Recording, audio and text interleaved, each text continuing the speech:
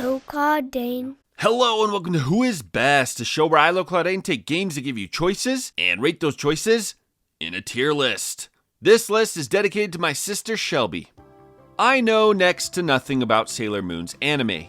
In fact, the only thing I know about it, aside from the story revolving around magical girls, is that the author, Naoko Takeuchi, is married to the author of Yu Yu Hakusho and Hunter x Hunter. So that makes Sailor Moon the best anime in the world. Not too long ago, a fan translation of Bishojo Senshi Sailor Moon Another Story was released to the English-speaking audience. This is a bare-bones, basic RPG on the SNES that never made its way officially to the States, and I'm going to rate it. There are 10 playable characters in this title, and each has their own set of unique abilities and stats. We'll also be considering the link techniques or combos that can be performed by certain party members. All in all, the list is pretty straightforward. If you appreciate a channel covering niche games, then why don't you subscribe and hit that bell? Oh, and stick around till the end for a bonus list. The tier.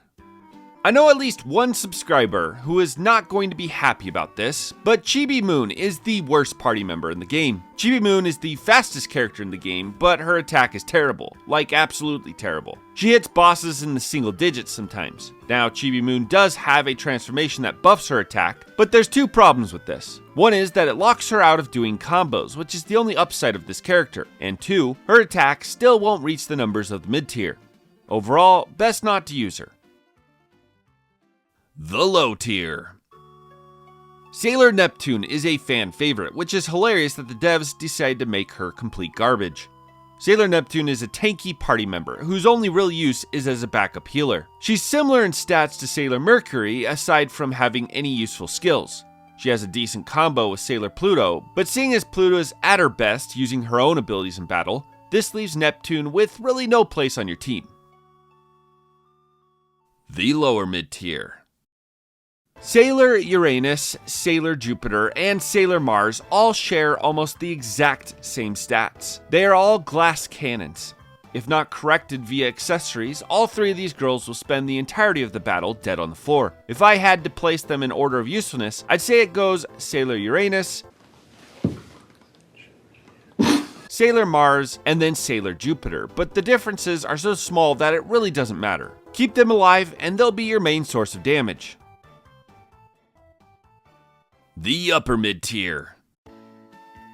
Sailor Moon is a complex character to rate. Statistically, she would actually fall next to Sailor Neptune in the low tier. She does okay damage and has below average HP and defense, but putting that aside, Sailor Moon does make up for it in party synergy. Moon is involved in almost every single useful combo attack in the game. Through combos with Venus or Mercury, she can increase party damage or stop status effects. With Jupiter, Chibi Moon, or Saturn, she can heal, revive, or heal and revive the entire party. Now, because her usefulness is almost entirely based around combos, this makes her super form relatively useless as you can't use combos while transformed. So all in all, she landed on the upper mid tier.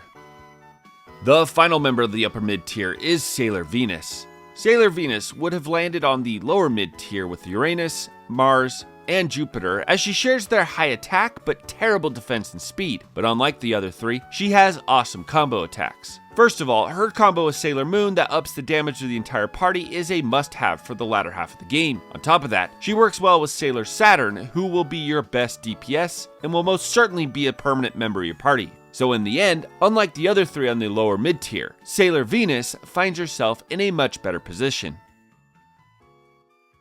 The top tier. Sailor Mercury finds herself in a kind of funny place. Due to an overlap in her usefulness with the far superior Sailor Pluto, Mercury ends up being more like a second-string quarterback. Guess where you just got into? Cool guy zone. Similar to Sailor Neptune, Sailor Mercury is a tanky character with high defense and HP. But unlike Neptune, Sailor Mercury has the second best ability in the game,